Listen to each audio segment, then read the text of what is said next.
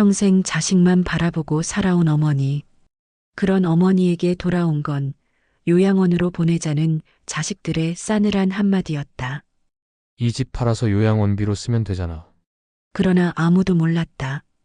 그 초라해 보이던 어머니가 80억을 숨겨왔다는 것을, 그리고 그 돈 한 푼도 물려주지 않겠다는 차가운 결심을 했다는 것을. 그날 어머니의 복수가 시작됐다. 안녕하세요, 여러분. 오늘도 찾아주셔서 감사합니다. 구독과 좋아요는 더 감동적인 영상 제작에 큰 힘이 됩니다. 앞으로도 여러분께 재미있고 따뜻한 이야기로 찾아뵙겠습니다.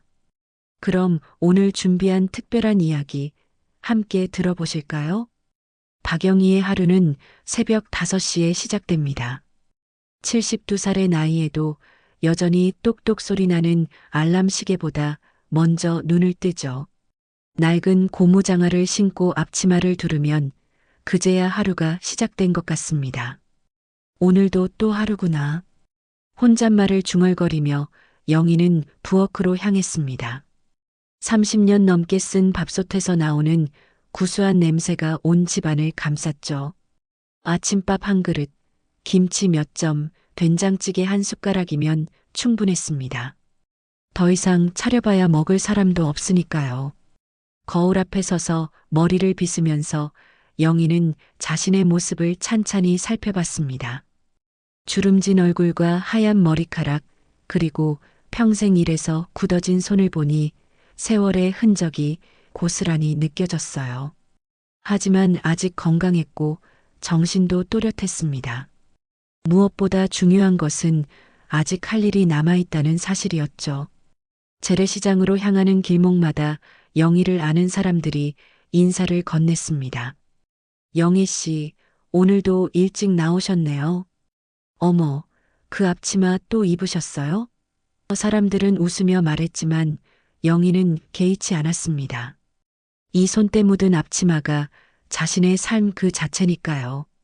아, 영희 씨, 어제 아들이 또 찾아왔던데요? 옆 가게 아줌마가 물었습니다.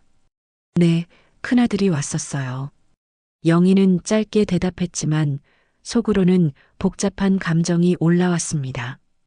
요즘 아이들이 찾아오는 이유가 예전과는 다르다는 걸 느끼고 있었거든요. 포목점 문을 열면서 영희는 깊이 숨을 들이켰습니다. 첫냄새, 풀냄새, 그리고 세월의 냄새가 뒤섞인 그 공간은 영희에게 있어 전부였습니다. 70년대부터 이 자리를 지키며 새 아이를 키워냈죠. 큰아들 철수, 작은아들 준수, 그리고 막내딸 미성까지요. 하루 종일 손님을 받으면서도 영희의 머릿속은 늘 바빴습니다. 단골 손님들이 영희 씨 요즘 어때요? 라고 물으면 그냥 그렇죠. 뭐라고 대답했지만 실제로는 많은 생각을 하고 있었어요. 특히 자신이 평생 모아온 재산에 대해서 말입니다. 점심때가 되면 영희는 작은 도시락을 꺼내 먹었습니다.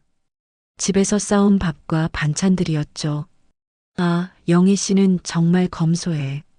다른 상인들이 말했습니다. 자식들 뒷바라지하느라 본인은 늘 이렇게 드시네. 영희는 웃으며 고개를 끄덕였지만 속으로는 다른 생각을 하고 있었습니다. 사실 영희에게는 아무도 모르는 엄청난 비밀이 있었습니다. 겉보기엔 가난해 보이지만 실제로는 상당한 재산을 모아두고 있었거든요. 포목점 수입으로 조금씩 땅을 사고 그 땅이 오르면 팔아서 더 좋은 곳에 투자하고 또 그걸 팔아서 더 큰 투자를 하는 방식으로요. 이런 식으로 30년을 보내니 어느새 80억이라는 어마어마한 돈이 쌓여 있었습니다. 시내 한복판에 상가 건물 2채, 외곽 지역에 땅 몇 필지, 그리고 은행에 예금된 현금까지 합치면 정확히 80억 원이었죠. 참, 내가 이렇게까지 모았구나. 영희는 가끔 혼자서 계산해보며 놀랐습니다.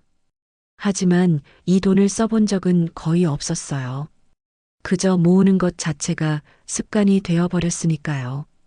아이들 학비나 결혼 자금도 포목점 수입으로만 해결했고 큰 재산은 손대지 않았습니다. 은행 통장들은 오래된 장롱 깊숙이 숨겨두었고 부동산 서류들은 따로 금고에 보관해 두었습니다. 아이들은 꿈에도 모를 일이었죠. 영희가 매주 토요일마다 나가는 곳이 경매장이라는 것도, 그곳에서 부동산 시세를 체크한다는 것도 전혀 알지 못했습니다. 토요일이 되면 영희는 평소보다 더 일찍 일어났습니다. 오늘은 경매장 가는 날이지. 혼잣말을 하며 깔끔하게 옷을 차려입었어요. 경매장에서는 완전히 다른 사람이 되었습니다. 평소에 소심하고 검소한 모습은 온데간데 없고 날카롭고 냉철한 투자자의 모습을 보였죠. 이번 주 시세가 어떻게 될까? 영희는 경매장에서 부동산 전문가들과 자연스럽게 대화를 나눴습니다. 그들도 영희의 안목을 인정할 정도였어요. 30년간 부동산 투자를 해온 베테랑이었으니까요. 경매장에서 돌아오는 길에 영희는 늘 같은 생각을 했습니다. 이 돈을 언젠가는 누군가에게 물려줘야 하는데, 하지만 누구에게 줄지는 확신이 서지 않았어요. 세 아이 모두 각자의 문제가 있었거든요. 큰아들 철수는 공인중개사 일을 하면서 돈에 대한 욕심이 많았습니다. 엄마, 혹시 땅 같은 거 있어? 엄마, 요즘 부동산 시세가 어떻게 되는지 알아? 이런 질문을 자주 했죠. 하지만 진심으로 어머니를 걱정하는 것보다는 재산을 탐내는 기색이 더 많이 보였습니다. 작은 아들 준수는 건설회사에 다니면서 늘 돈이 부족하다고 했습니다. 엄마, 이번 달도 좀 어려워서 하면서 돈을 빌려달라고 했죠. 하지만 갚은 적은 한 번도 없었어요. 그저 어머니의 돈을 당연하게 생각하고 있었습니다. 막내딸 미선은 시댁 눈치를 보느라 어머니에게 신경 쓸 여유가 없었습니다. 엄마, 죄송해요. 애들 때문에 바빠서 늘 이런 핑계를 대며 찾아오지 않았어요. 어머니보다는 시댁이 더 중요한 것 같았습니다. 저녁이 되면 영희는 혼자 작은 공책을 펼쳤습니다. 그 공책에는 자신의 모든 재산이 세세하게 적혀 있었죠. 어느 은행에 얼마가 있고 어느 땅이 얼마에 사서 지금 시세가 얼마인지, 상가 건물의 임대료 수입은 얼마인지까지 말입니다. 80억? 영희는 작은 목소리로 중얼거렸습니다. 이 돈이면 아이들 모두가 편안하게 살 수 있을 만큼 충분했어요. 하지만 과연 이 돈을 제대로 쓸지 의문이었습니다. 벌써부터 서로 눈치를 보며 재산을 탐내고 있었거든요. 영희는 공책을 덮으며 깊은 한숨을 쉬었습니다. 언젠가는 결정해야 할 텐데. 하지만 그 언젠가가 생각보다 빨리 올 줄은 몰랐습니다. 아이들의 진짜 속마음을 알게 될 날이 곧 다가오고 있었거든요. 남편이 세상을 떠난 지 3년이 지나자 아이들의 태도가 눈에 띄게 달라지기 시작했습니다. 예전에는 그래도 일주일에 한 번씩은 안부를 묻던 아이들이 이제는 한 달에 한 번 오기도 힘들어졌어요. 오더라도 뭔가 다른 목적이 있는 것 같았습니다. 엄마, 혼자 사시기 힘들지 않으세요? 큰아들 철수가 어느 날 갑자기 찾아와서 물었습니다. 평소와는 다른 진지한 표정이었어요. 괜찮다, 아직 팔팔하니까. 영희는 웃으며 대답했지만 철수의 눈빛에서 뭔가 다른 의도를 느꼈습니다. 그런데 엄마, 이 집이 너무 크지 않아요? 혼자 살기에는 말이에요. 철수는 집안을 둘러보며 말했습니다. 관리비도 많이 나올 텐데 작은 곳으로 이사하시는 게 어떨까요? 영희는 고개를 갸우뚱했어요. 30년 넘게 살던 집인데 갑자기 왜 이런 말을 할까요? 며칠 후에는 작은 아들 준수가 찾아왔습니다. 엄마, 요즘 건강은 어떠세요? 응, 좋아. 그런데 나이가 나이인 만큼 미리미리 준비하셔야 할 것들이 있잖아요. 준수도 형과 비슷한 말을 했습니다. 혹시 병원비나 그런 것들 때문에 걱정되시는 건 없으시죠? 영희는 이상했습니다. 평소에는 자신 일로만 바쁘던 아들들이 갑자기 어머니 걱정을 하다니요. 게다가 둘 다 비슷한 말을 하는 것도 우연치고는 너무 신기했어요. 혹시 둘이 미리 상의라도 한 걸까요? 일주일 후 막내딸 미선까지 나타났습니다. 엄마, 오빠들이 엄마 걱정을 많이 하더라고요. 미선은 처음부터 본론을 꺼냈어요. 혼자 계시는 게 위험할 수도 있고 갑자기 아프시면 어떡해요? 영희는 점점 의심스러워졌습니다. 세 남매가 모두 같은 말을 하다니 이건 분명 계획된 일이었어요. 그래서 우리가 의논해 봤는데요. 미선이 말을 이었습니다. 엄마를 모시고 사는 방법을 생각해 봤어요. 큰오빠 집이 제일 넓으니까 거기서 지내시면 어떨까 해서요. 영희는 뜨악했습니다. 자신도 모르는 사이에 아이들이 자신의 거처를 정해놓다니요. 미선아, 엄마는 아직 건강해. 굳이 그럴 필요 없어. 영희가 거절하자 미선의 표정이 굳어졌습니다. 엄마, 고집 부리지 마세요. 우리도 걱정되거든요. 하지만 그 걱정이 진짜인지는 의문이었어요. 영희는 아이들의 진짜 속마음을 알고 싶었습니다. 며칠 후, 세 남매가 모두 영희의 집에 모였습니다. 이런 일은 정말 오랜만이었어요. 엄마, 우리가 진지하게 상의할 게 있어서 왔어요. 철수가 회의적인 표정으로 말을 시작했습니다. 엄마 연세도 이제 70이 넘으셨고 혼자 사시기에는 위험해요. 그래서 말인데요. 준수가 이어받았습니다. 엄마를 모시고 살거나 아니면 좋은 요양원을 알아봤어요. 시설도 좋고 관리도 잘해주는 곳이에요.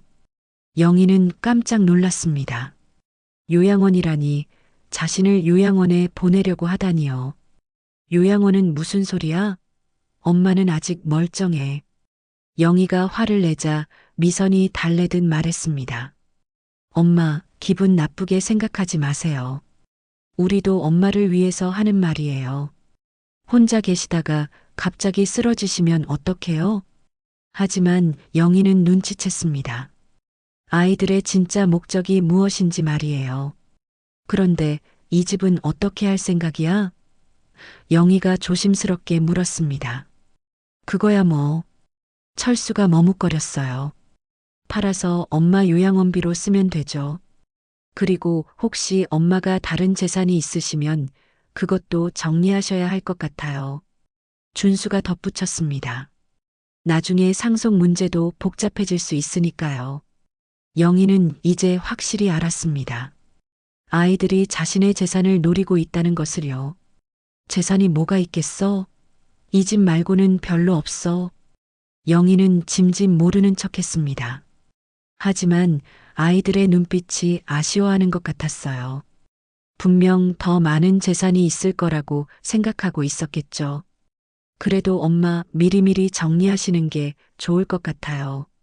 미선이 말했습니다. 은행 통장이나 그런 것들도 정리하시고요. 영희는 씁쓸했습니다. 평생 고생해서 키운 자식들이 이제는 자신의 재산만 탐내고 있다니요. 결국 세 남매는 어머니를 설득하기 시작했습니다. 엄마, 정말 좋은 요양원이에요. 한 번만 구경 가보실래요? 시설도 좋고 음식도 맛있다고 하던데요. 그리고 같은 또래분들도 많이 계셔서 외롭지 않으실 거예요. 하지만 영희는 마음속으로 결심했습니다. 아이들이 자신을 이렇게 대한다면 자신도 가만히 있을 수는 없다고요. 그래, 한번 구경은 가볼게. 영희는 겉으로는 순순히 따르는 척했습니다. 하지만 속으로는 다른 계획을 세우고 있었어요. 이틀 후 아이들이 데려간 요양원은 시내에서 1시간 반 떨어진 시골에 있었습니다. 와, 공기도 좋고 조용하네. 철수가 만족스러워했어요. 엄마, 여기서 지내시면 스트레스 없이 편안하게 사실 수 있을 것 같아요. 요양원 원장이 나와서 친절하게 안내해 줬습니다. 어르신, 저희 요양원은 시설이 정말 좋습니다. 의료진도 상주하고 있고요. 영희는 둘러보면서 생각했습니다. 나쁘지 않은 곳이네. 하지만 내가 원해서 오는 곳은 아니야. 비용은 얼마나 되나요? 준수가 물었습니다. 월 200만 원 정도면 됩니다. 원장이 대답하자 아이들이 서로 눈짓을 주고받았어요. 집을 팔면 충분히 감당할 수 있겠구나 하는 생각이었겠죠. 집으로 돌아오는 길에 아이들은 계속 요양원을 칭찬했습니다. 엄마, 어떠셨어요? 정말 좋지 않았어요? 거기 계신 할머니들도 다들 밝아 보이시던데요. 하지만 영희는 답답했습니다.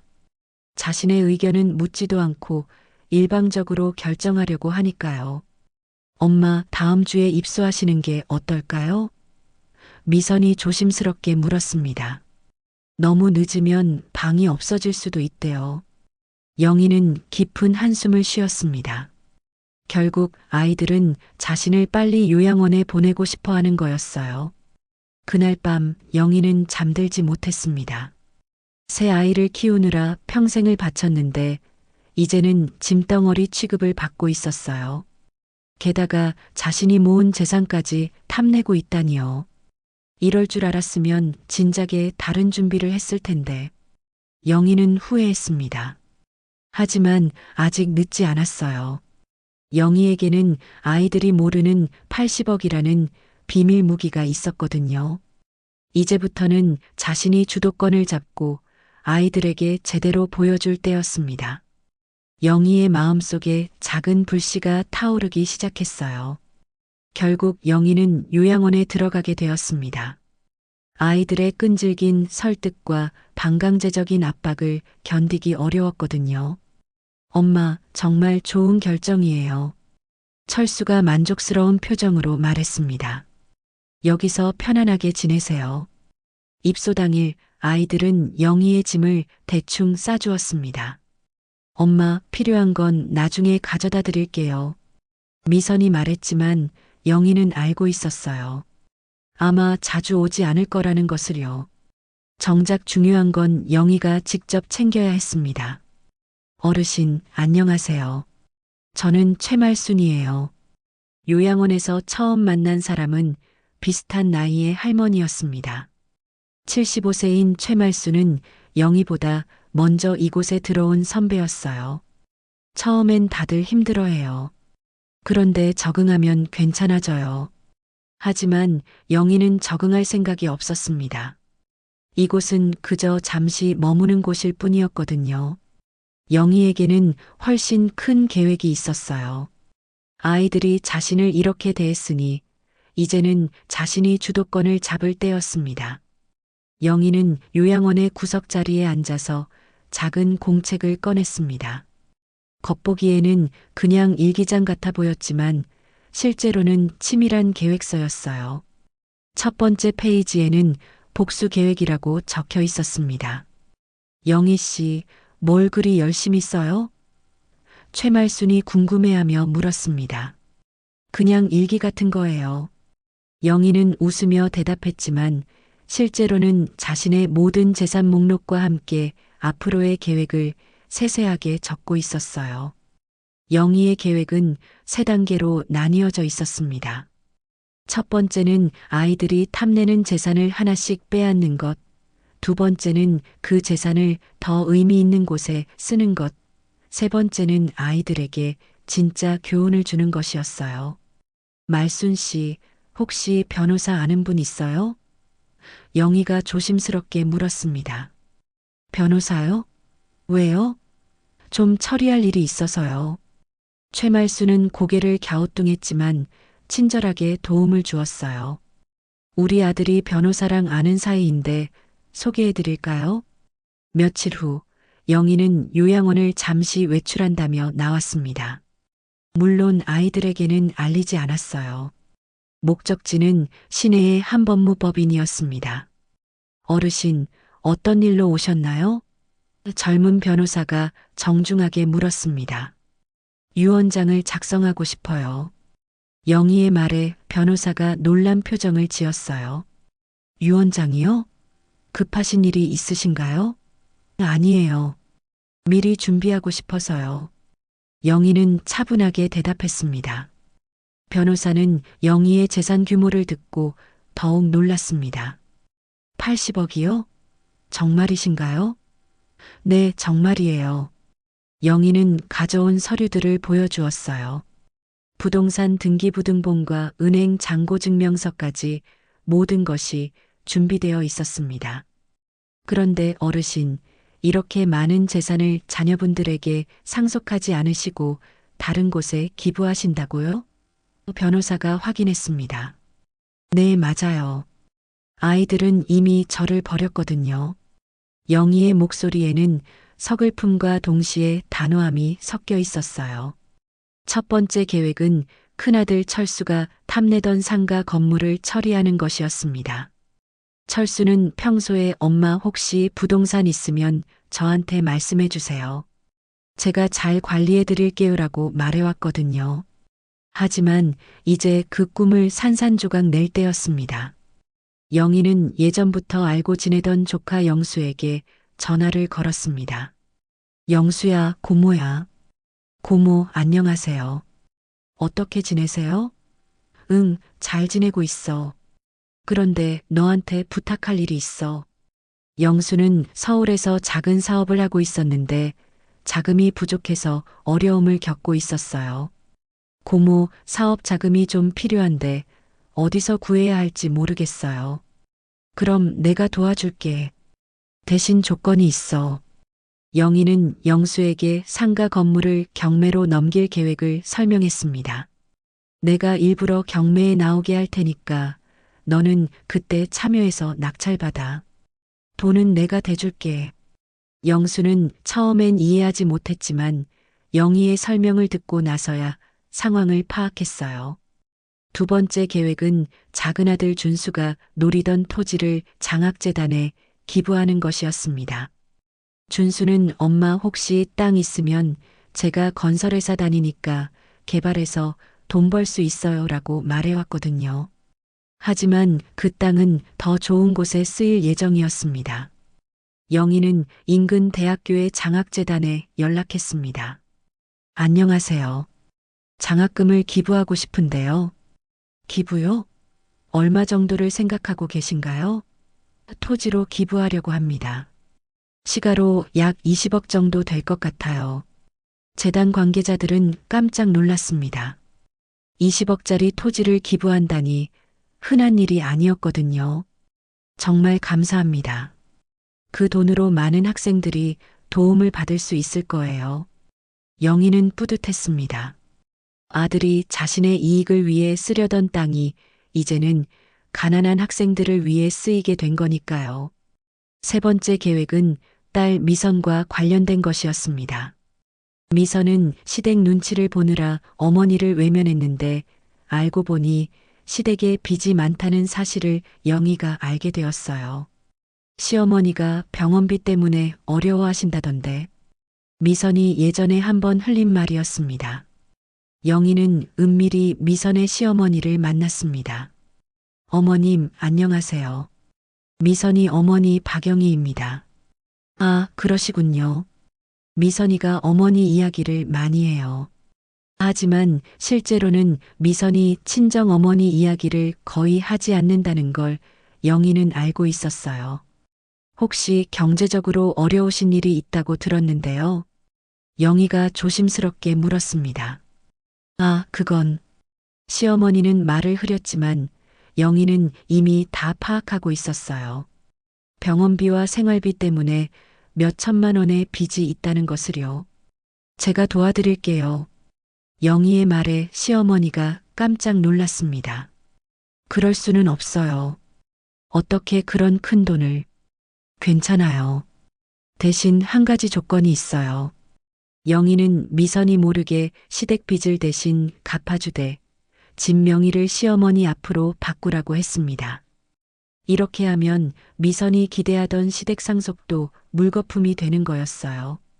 친정 어머니보다 시댁을 중요하게 생각한 대가를 치르게 하려는 영희의 계획이었습니다. 요양원으로 돌아온 영희는 최말순에게 말했습니다. 말순 씨, 이제 시작이에요. 뭐가 시작이에요? 내 복수 시나리오요. 최말순은 영희가 농담하는 줄 알았지만 영희의 눈빛은 진지했어요. 그날 밤 영희는 공책에 오늘 한 일들을 정리해서 적었습니다.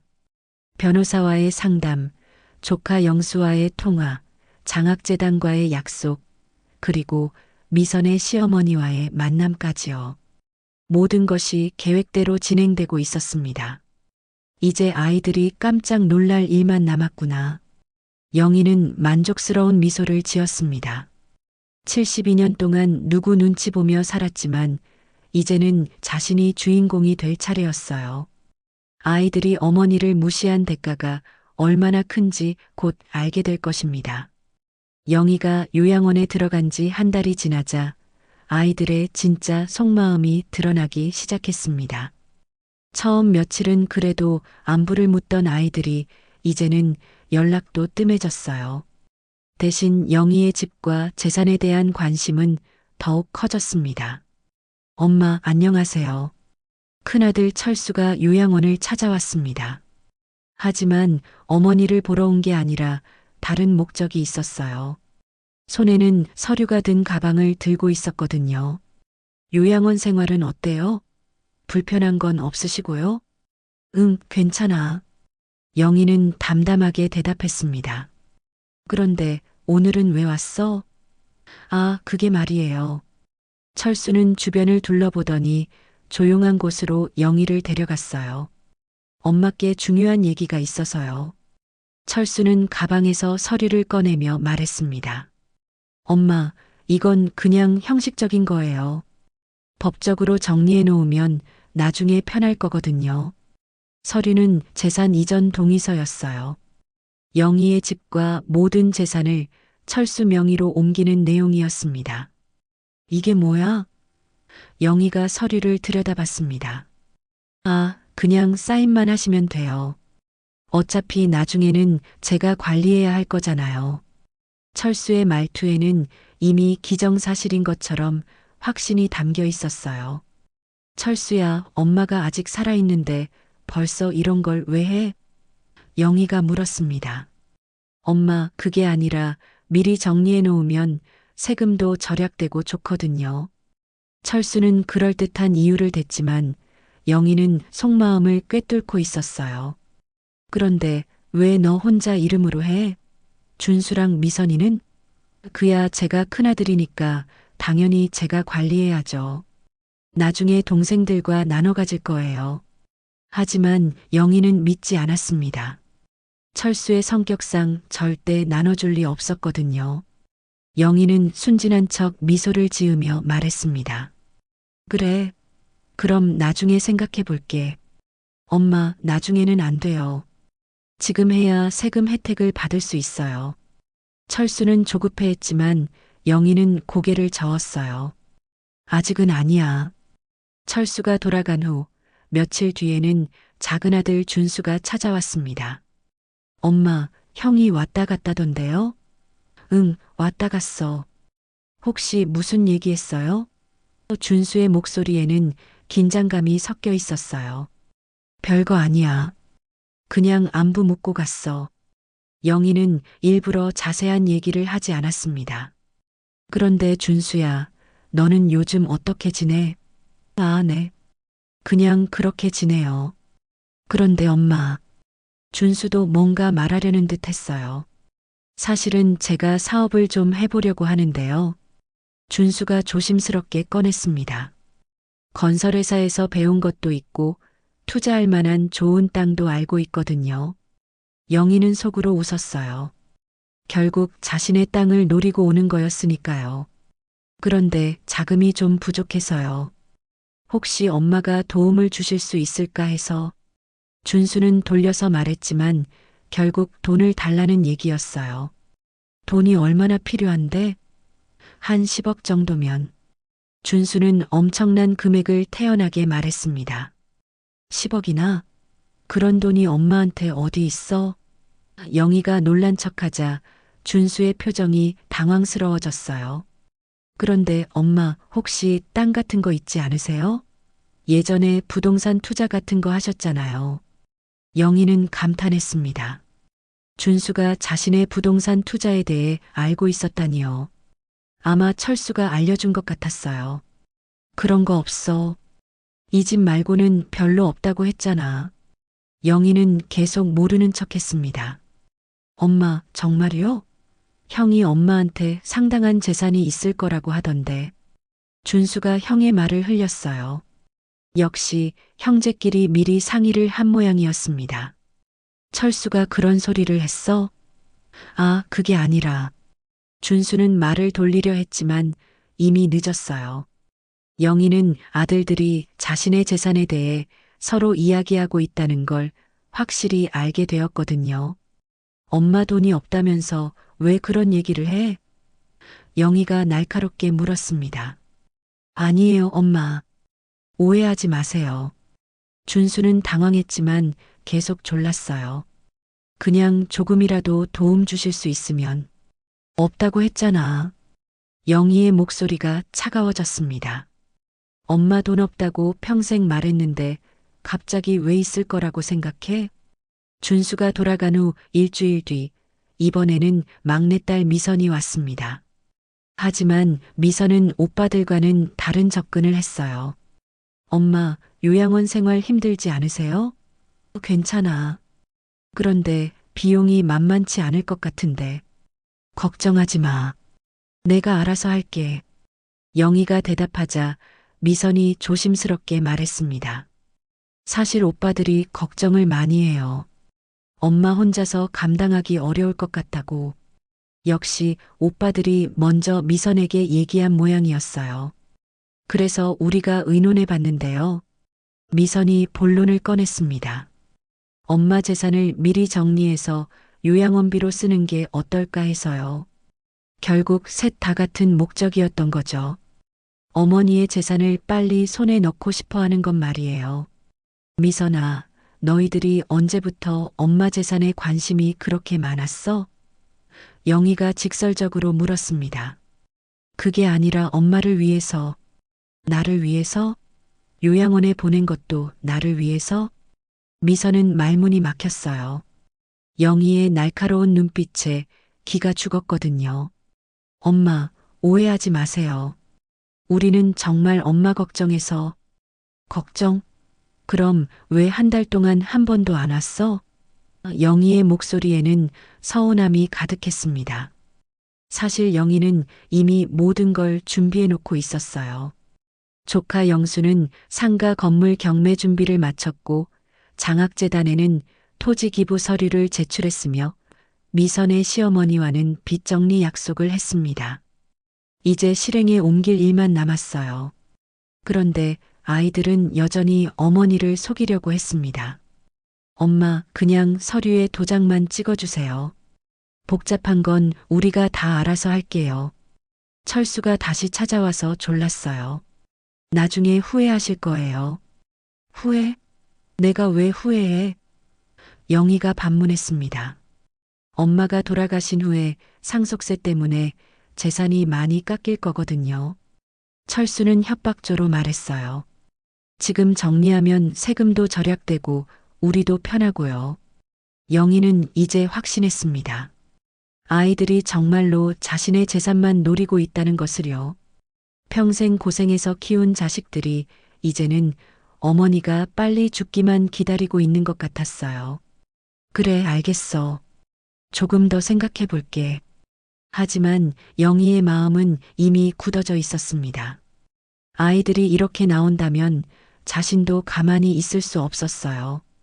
이제 첫 번째 복수를 시작할 때였습니다.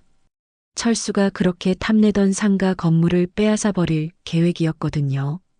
최말순 씨, 내일 좀 바쁠 것 같아요. 영희가 룸메이트에게 말했습니다. 왜요? 중요한 일이 있어서요. 영희는 신비로운 미소를 지었어요.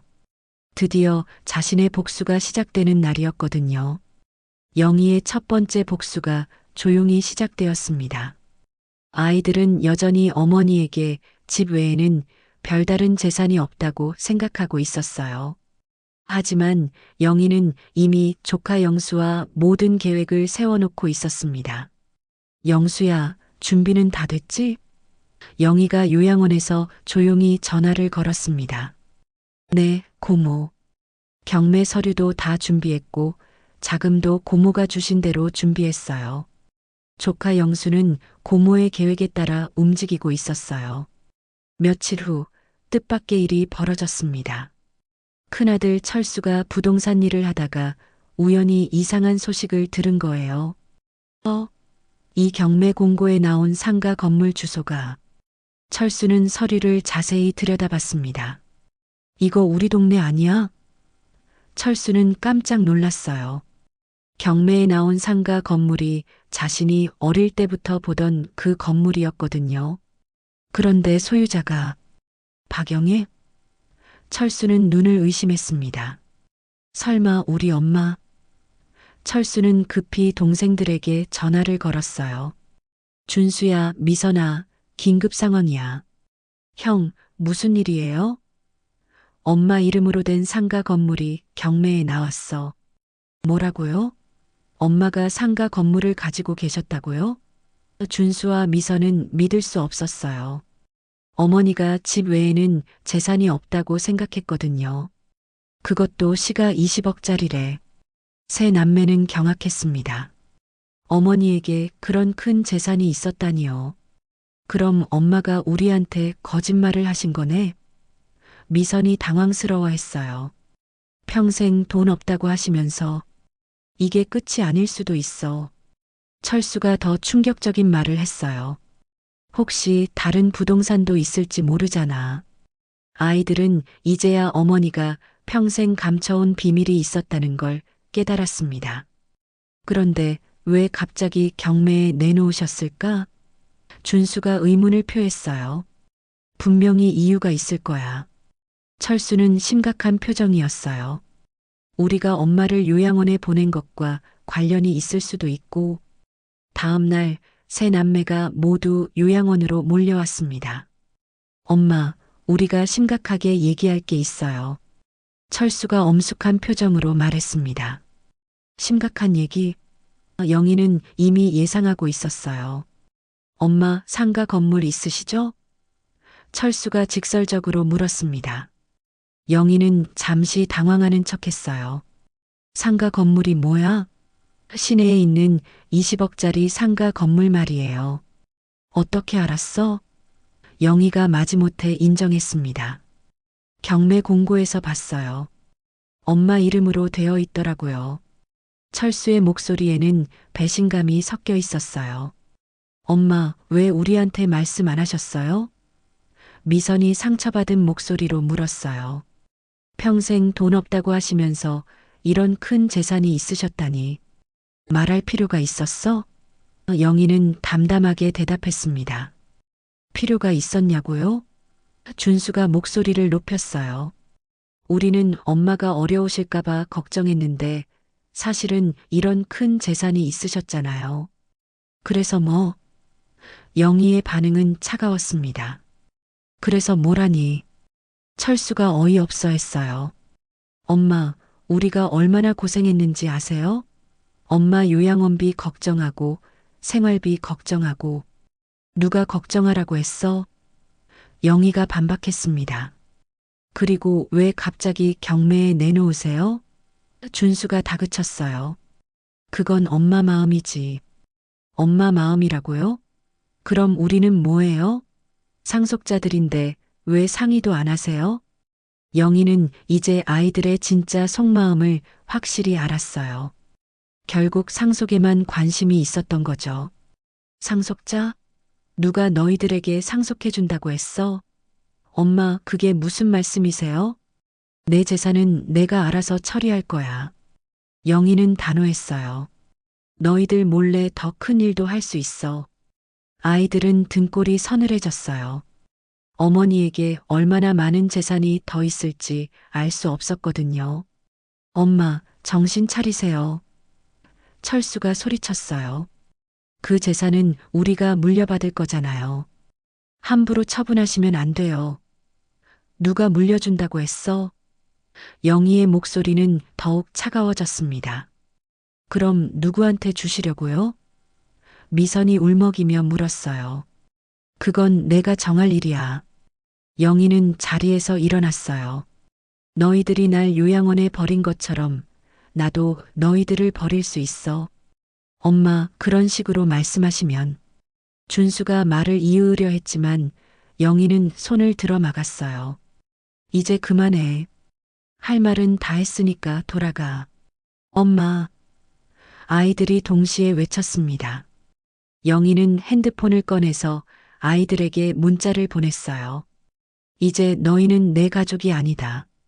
짧지만 강력한 메시지였습니다. 아이들은 그 문자를 읽고 경악했어요. 엄마, 이게 무슨 뜻이에요? 철수가 떨리는 목소리로 물었어요. 글자 그대로야. 이제 남남이다. 영희는 돌아서서 요양원 안으로 들어갔어요. 그날부터 아이들은 어머니의 숨겨진 재산 규모를 파악하려고 혈안이 되었어요. 분명히 더 있을 거야. 은행 계좌도 조사해 봐야겠어. 하지만 영희는 이미 모든 걸 완벽하게 숨겨놓았거든요. 며칠 후 더 충격적인 소식이 들려왔어요. 어머니 명의의 토지가 장학재단에 기부되었다는 거였어요. 엄마가 또 뭘 하신 거예요? 아이들은 패닉 상태에 빠졌습니다. 영희의 복수는 이제 본격적으로 시작된 거였어요. 아이들이 어머니의 숨겨진 재산을 알게 된 후 영희에 대한 수사가 시작되었습니다. 철수는 부동산 업계 인맥을 총동원해서 어머니 명의의 부동산을 찾아다녔어요. 분명히 더 있을 거야. 상가 건물 하나로 끝일 리 없어. 형, 이거 봐요. 준수가 흥분된 목소리로 전화를 걸었어요. 엄마 명의로 된 토지가 또 있었는데 그것도 어제 장학재단에 기부됐대요. 뭐라고? 얼마짜리인데? 시가 20억 정도 된다고 하네요. 철수는 머리가 어지러웠어요. 어머니에게 최소 40억 이상의 재산이 있었다는 뜻이었거든요. 그럼 엄마가 평생 우리를 속이고 계신 거네? 그런 것 같아요. 그런데 더 문제는 계속 다른 데로 넘어가고 있다는 거예요. 미선도 충격적인 소식을 가져왔어요. 오빠들, 시어머니한테서 연락 왔는데 우리 엄마가 시댁빚을 다 갚아주셨대요. 얼마나? 3천만 원 정도. 그리고 집도 시어머니 명의로 바꿔주셨다고 하네요. 새 남매는 이제 깨달았어요. 어머니가 단순히 화가 나서 하는 일이 아니라는 것을요. 치밀하게 계획된 복수였던 거죠. 엄마가 우리를 완전히 배제하고 계셔. 철수가 한숨을 쉬었어요. 그럼 엄마한테 진짜로 얼마나 많은 재산이 있는 거야? 준수가 걱정스럽게 물었어요. 모르겠어. 하지만 우리가 생각했던 것보다 훨씬 많을 거야. 철수는 절망적이었어요. 한편 영희는 요양원에서 최말순과 함께 차를 마시며 이야기하고 있었어요. 영희 씨, 정말 대단하세요. 그런 큰 계획을 혼자서 다 세우시다니. 말순 씨, 이건 시작에 불과해요. 그런데 정말 괜찮으세요? 자식들과 이렇게 틀어져서. 최말순이 걱정스럽게 물었어요. 괜찮아요. 오히려 속이 시원해졌어요. 영희는 평온한 표정이었어요. 사실 영희의 80억 재산에는 특별한 사연이 있었어요. 남편 사망 보험금이 아니라 30년간 포목점을 하면서 조금씩 모은 돈으로 부동산 투자를 한 결과였거든요. 처음에는 작은 땅 한 평, 2평 사는 것부터 시작했어요. 그때가 70년대 후반이었지. 영희는 혼자 중얼거렸어요. 남편이 세상 떠나고 나서 정말 막막했는데 그래도 아이들은 키워야 했으니까. 포목점 수입만으로는 부족했기 때문에 다른 방법을 찾아야 했어요. 우연히 단골 손님이 영희 씨 요즘 땅값이 오른다던데 작은 것이라도 하나 사두는 게 어때? 라고 조언해 준 것이 시작이었어요. 영희는 그 말을 듣고 포목점 수입을 아껴서 작은 땅 한 평을 샀어요. 몇 년 후 그 땅값이 2배로 올랐어요. 영희는 그것을 팔아서 더 큰 땅을 샀고 또 그것이 오르면 팔아서 더 좋은 곳에 투자하는 방식을 반복했어요. 30년 동안 이런 식으로 조금씩 불려나간 거였죠. 참 신기하지. 나 같은 사람이 이렇게 큰 돈을 모을 줄 누가 알았겠어. 영희는 자신도 놀라웠어요. 하지만 이 돈을 모으는 동안에도 아이들에게는 한 번도 말하지 않았어요. 검소하게 살아야 한다고 가르쳤거든요. 아이들이 어릴 때는 엄마 왜 우리는 다른 집보다 가난해? 라고 물어보기도 했어요. 그럴 때마다 영희는 가난하지 않아. 검소하게 사는 거야. 돈을 함부로 쓰면 안 되라고 대답했어요. 하지만 속으로는 다른 생각을 하고 있었어요. 언젠가는 이 돈을 아이들에게 물려줘야지. 그때가 되면 얼마나 놀랄까? 영희는 아이들이 성공하기를 바라는 마음에서 재산을 숨겨왔던 거예요. 그런데 남편이 세상을 떠나고 나서 아이들의 태도가 변했어요. 어머니를 진심으로 걱정하는 것보다는 재산에 더 관심을 보이기 시작했거든요. 그때부터 영희는 다른 생각을 하게 되었어요. 내가 이렇게 고생해서 모은 돈을 과연 이 아이들에게 줘도 될까? 영희는 고민했어요. 특히 아이들이 자신을 요양원에 보내려고 할 때 그 확신은 더욱 강해졌어요. 영희는 요양원에서 재무설계 강의도 들었어요. 어르신들, 상속은 신중하게 해야 합니다. 자녀들이 정말 그 돈을 올바르게 쓸지 생각해 보세요. 강사의 말이 영희에게는 큰 깨달음을 주었어요. 맞아.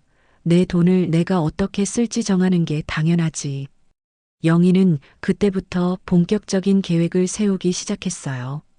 아이들이 탐내는 재산을 하나씩 빼앗아서 더 의미 있는 곳에 쓰는 거였어요. 첫 번째 복수인 상가 건물은 조카 영수에게 넘겼어요. 영수는 어릴 때부터 영희를 진심으로 따랐고 어려운 상황에서도 고모를 챙겨주었거든요. 영수는 정말 착한 아이야. 우리 아이들보다 훨씬 효자 같아. 두 번째 복수인 토지 기부는 영희에게 특별한 의미가 있었어요.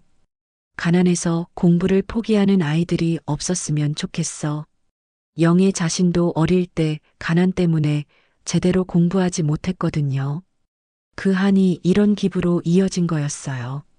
세 번째 복수인 미선의 시댁 도움도 마찬가지였어요. 시어머니가 아프셔서 고생하신다던데. 영희는 미선보다 시어머니가 더 안쓰러웠어요. 딸이 친정어머니보다 시댁을 우선시한다면 차라리 시어머니를 직접 도와주는 게 낫다고 생각했거든요. 이제 절반 정도 끝났네. 영희는 공책을 보며 계산했어요. 80억 중에서 40억 정도를 처리한 상태였어요. 아직 40억이 더 남아 있었죠. 그리고 그 40억으로 할 일도 이미 정해놓고 있었어요. 말순 씨, 내일부터 더 바빠질 것 같아요. 영희가 미소를 지었어요. 왜요? 더 큰 일을 준비하고 있거든요. 영희의 눈빛에는 확신이 가득했어요. 아이들은 여전히 어머니를 설득하려고 애쓰고 있었어요. 엄마, 우리가 잘못했어요. 다시 기회를 주세요. 하지만 영희는 더 이상 아이들의 말을 믿지 않았어요. 이미 그들의 진심을 확인했거든요. 기회? 이미 충분히 줬어. 영희는 단호했어요. 이제는 내 방식대로 할 거야. 아이들이 무엇을 말해도 영희의 마음은 바뀌지 않았어요. 영희에게는 아직 더 큰 계획이 남아 있었어요. 지금까지는 아이들이 직접적으로 탐낸 것들을 빼앗은 거였지만 이제부터는 진짜 교훈을 줄 차례였거든요. 아이들이 평생 잊지 못할 만한 충격을 준비하고 있었어요. 영희의 73번째 생일이 다가왔습니다. 평소 같으면 아이들이 미리 준비해서 작은 잔치라도 열었을 텐데 이번에는 아무도 연락하지 않았어요. 절연을 선언한 지 한 달이 지났지만 양쪽 모두 먼저 연락하지 않고 있었거든요. 영희 씨 생일인데 자식들이 안 와도 괜찮으세요? 최말순이 걱정스럽게 물었습니다. 괜찮아요. 오히려 편해요.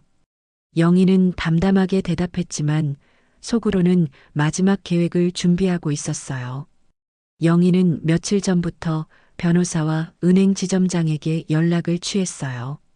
생일날 요양원으로 와주실 수 있나요? 중요한 발표가 있어서요. 발표요? 네, 유언장 공개 관련해서요. 변호사는 처음에 당황했어요. 어르신, 아직 그런 걸 생각하실 나이가 아니에요. 미리 정리해 놓고 싶어요. 그리고 가족들에게도 미리 알려주고 싶고요. 영희의 목소리는 확고했어요. 생일 당일 아침 영희는 평소보다 정성스럽게 옷을 차려입었어요. 요양원에서 가장 좋은 옷을 꺼내 입고 머리도 단정하게 빗었어요. 오늘이 정말 중요한 날이구나. 혼잣말을 하며 거울을 보았습니다. 오전 10시쯤 요양원 강당에 사람들이 모이기 시작했어요. 변호사와 은행 지점장이 먼저 도착했고 곧이어 영희가 미리 연락해둔 친척들과 지인들이 나타났어요. 조카 영수도 와 있었고 장학재단 관계자도 참석했습니다. 저분들이 왜 여기 계시지? 마침 어머니 생일을 챙기러 온 철수가 강당에 들어서며 당황했어요. 준수와 미선도 뒤따라 들어왔는데 분위기가 심상치 않다는 걸 직감했어요. 엄마, 이게 무슨 상황이에요? 미선이 조심스럽게 물었습니다. 생일 축하해줘서 고마워. 영희는 차가운 미소를 지었어요. 그런데 너희가 올 줄은 몰랐네. 엄마, 아무리 그래도 생일인데 안 올 수는 없죠. 준수가 어색하게 말했어요. 하지만 영희는 이미 마음을 정한 상태였어요. 그래, 잘 왔어. 마침 너희에게 할 말이 있었거든. 영희는 강당 앞으로 나가서 마이크를 잡았어요. 오늘 제 73번째 생일에 이렇게 많이 와주셔서 감사합니다. 사람들이 박수를 쳤지만 아이들은 불안한 표정이었어요. 사실 오늘 여러분을 초대한 특별한 이유가 있습니다. 영희의 목소리가 강당에 울려 퍼졌어요. 제 유언장을 공개하려고 합니다. 순간 강당이 조용해졌어요. 아이들의 얼굴은 창백해졌고요. 엄마, 유언장이라니. 철수가 일어서려 했지만 영희가 손짓으로 제지했어요. 앉아 있어. 끝까지 들어봐. 영희의 눈빛은 단호했어요. 변호사가 앞으로 나와서 유언장을 꺼냈어요. 박영애 여사님의 유언장을 낭독하겠습니다. 강당은 정적에 휩싸였어요. 아이들은 숨소리도 내지 않고 긴장하고 있었어요. 본인 박영희는 정신이 온전한 상태에서 다음과 같이 유언합니다. 변호사의 목소리가 또렷하게 들렸어요. 첫째, 본인은 자녀들과의 인연을 여기서 마무리합니다. 엄마. 아이들이 동시에 소리쳤어요. 하지만 변호사는 계속 읽어나갔어요. 둘째, 본인의 모든 재산은 다음과 같이 처분합니다. 시가 총 80억 원 상당의 부동산과 현금은 80억? 사람들이 웅성거렸어요. 아이들도 깜짝 놀랐어요. 상가 건물과 토지 외에도 그렇게 많은 재산이 있었다니요. 나머지 재산의 절반인 40억 원은 사회환원 및 자선단체에 기부합니다.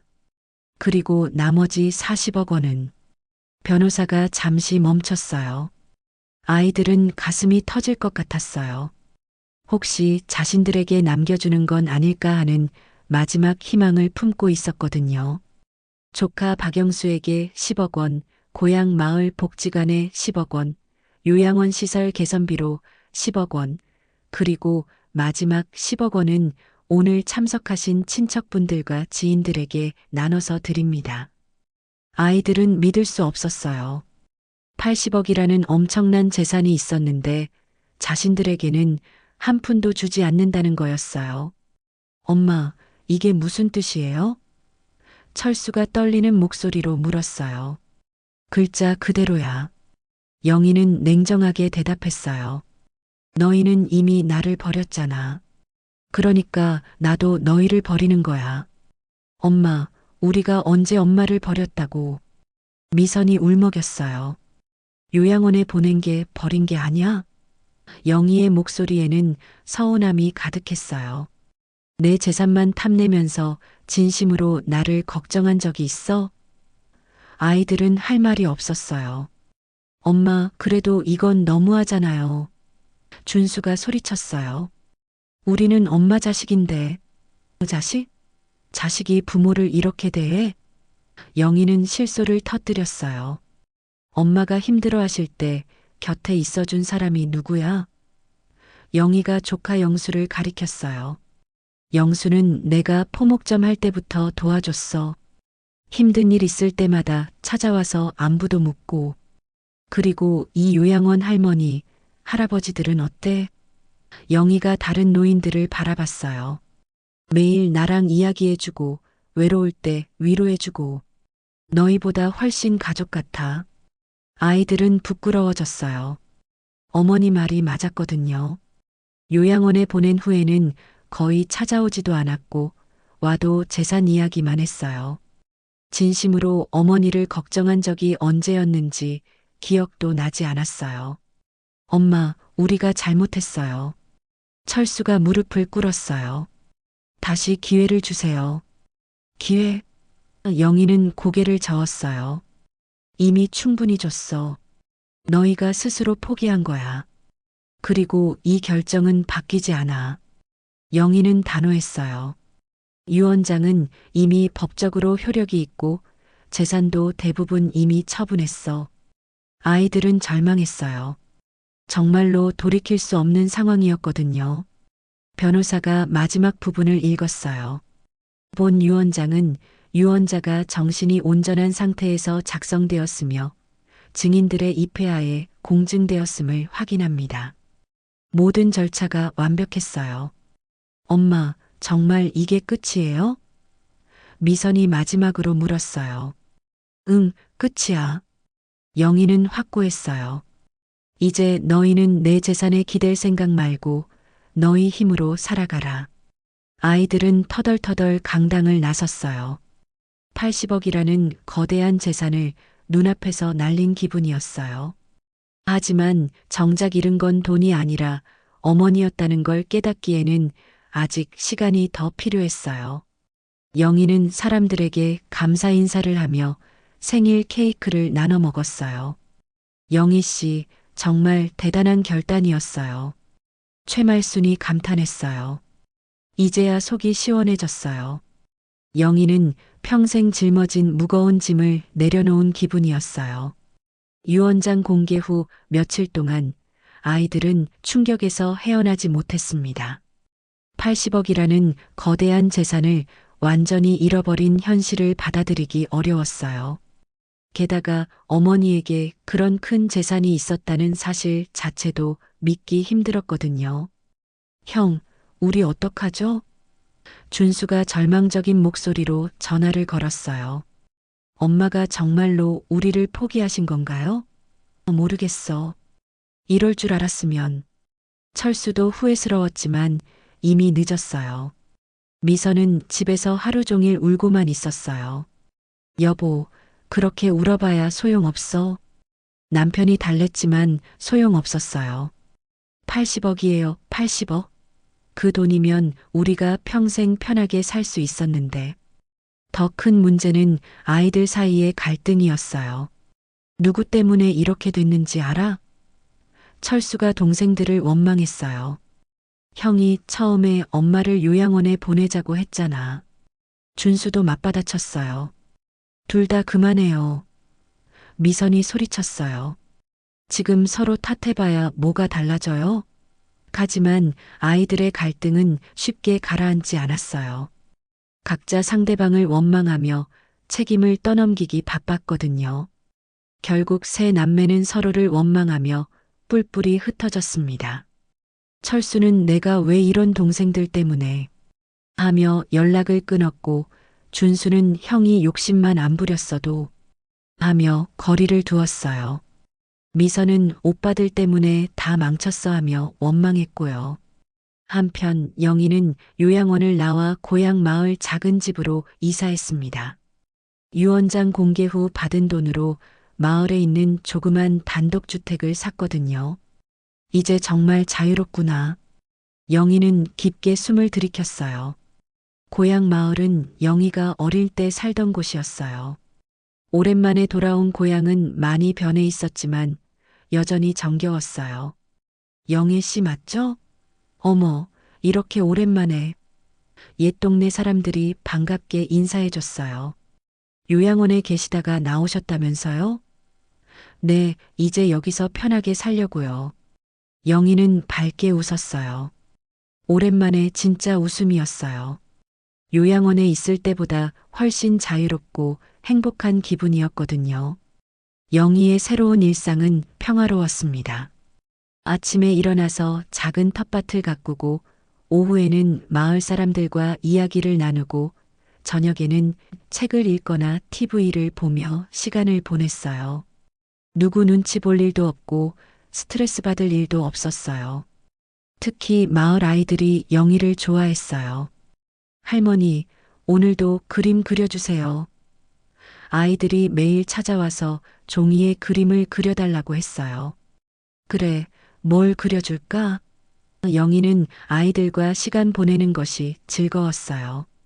할머니는 왜 혼자 사세요? 한 아이가 순진하게 물었어요. 할머니한테는 가족이 없어요? 있어. 그런데 멀리 있어서 못 만나. 영희는 슬프지 않게 대답했어요. 오히려 이 아이들이 더 가족 같았거든요. 아이들은 영희에게 그림을 그려주기도 했어요. 할머니, 이거 할머니 그림이에요. 서툰 솜씨지만 정성이 가득한 그림이었어요. 영희는 그 그림들을 소중히 간직했어요. 자식들이 어릴 때 그려준 그림보다 더 따뜻하게 느껴졌거든요. 마을 할머니들과도 금세 친해졌어요. 영희 씨, 장터 구경 같이 가실래요? 좋아요. 영희는 할머니들과 함께 전통시장에 나가서 이것저것 구경하고 맛있는 것도 사 먹고 수다도 떨었어요. 영희 씨는 참 복 있으세요. 한 할머니가 말했어요. 돈도 많으시고 건강하시고. 복이요? 영희는 고개를 갸우뚱했어요. 내가 복이 있나요? 그럼요. 자식들 뒷바라지 다 끝내시고 이제 본인만을 위해 사실 수 있잖아요. 영희는 그 말에 깊이 공감했어요. 평생 남을 위해서만 살다가 이제야 자신을 위해 살 수 있게 되었거든요. 맞아요. 이제는 내가 하고 싶은 대로 살 거예요. 영희의 목소리에는 확신이 담겨 있었어요. 한편 영희가 기부한 돈들은 각각 의미 있게 쓰이고 있었습니다. 장학재단에서는 가난한 학생들에게 장학금을 주었고, 고향 마을 복지관에서는 어르신들을 위한 프로그램을 늘렸어요. 요양원도 시설을 개선해서 더 좋은 환경을 만들었고요. 고모, 정말 감사해요. 조카 영수가 가끔 안부를 물어왔어요. 고모가 주신 상가 건물로 사업도 잘 되고 있고 가족들도 행복해요. 그래, 잘 쓰고 있구나. 영희는 뿌듯했어요. 특히 영희가 도와준 미선의 시어머니도 안부를 전해왔어요. 정말 고마워요. 덕분에 편하게 살고 있어요. 영희는 자신의 돈이 진짜 필요한 곳에 쓰이고 있다는 걸 확인할 수 있었어요. 몇 달이 지나자 아이들이 조금씩 현실을 받아들이기 시작했습니다. 처음에는 분노와 원망만 있었지만 시간이 지나면서 자신들의 잘못을 인정하게 되었어요. 우리가 정말 엄마를 잘못 대했구나. 철수는 부동산 일을 하면서 깨달았어요. 고객들이 가족 때문에 고민하는 모습을 보니까 우리 엄마 생각이 나더라고. 어머니를 재산으로만 본 자신이 부끄러웠어요. 준수도 마찬가지였어요. 회사에서 어른들 모시는 동료들 보니까 우리가 얼마나 못됐는지 알겠어. 어머니에게 돈만 달라고 했던 것이 얼마나 잘못된 일인지 깨달았어요. 미선은 자신의 아이들을 보며 반성했어요. 내가 우리 엄마한테 한 것처럼 우리 애들도 나한테 할 수도 있겠구나. 시댁만 챙기고 친정을 소홀히 한 것이 후회되었어요. 하지만 아이들이 어머니에게 다시 연락하기에는 용기가 부족했어요. 엄마가 우리를 받아주실까? 이미 절연한다고 하셨는데 서로 눈치만 보며 시간을 보냈어요. 그러던 어느 날 영희는 마을 할머니들과 함께 웃으며 이야기하고 있었어요. 영희 씨, 정말 행복해 보여요. 네, 정말 행복해요. 영희의 대답은 진심이었어요. 저녁 노을을 바라보며 영희는 생각했어요. 가진 걸 지키는 것보다 쓸 줄 아는 게 더 어렵지. 80억이라는 큰 돈보다 지금의 평화가 더 소중했어요. 마을 아이 하나가 영희에게 달려와서 안겼어요. 할머니, 내일도 놀아주세요. 그래, 할머니가 놀아줄게. 영희는 아이를 꼭 안아주었어요. 그 순간 영희는 깨달았어요. 진짜 가족은 혈연이 아니라 마음이라는 것을요. 이 마을 사람들, 특히 아이들과 할머니들이 자신에게는 진짜 가족이었어요. 서로를 진심으로 걱정하고 사랑하는 사람들 말이에요. 영희의 마지막 미소에는 80억보다 값진 자유와 평화가 담겨 있었습니다. 평생 남을 위해 살았던 영희가 마침내 자신만의 행복을 찾은 것이었어요. 그리고 그 행복은 돈으로 살 수 없는 소중한 것이었습니다. 시청해 주셔서 감사합니다. 사연 두 줄기의 이야기가 마음에 드셨다면 구독과 좋아요, 그리고 알림 설정까지 부탁드립니다. 여러분의 응원이 이 채널을 이어가는 큰 힘이 됩니다. 댓글로도 많은 응원 부탁드려요. 다음 이야기에서 또 만나요.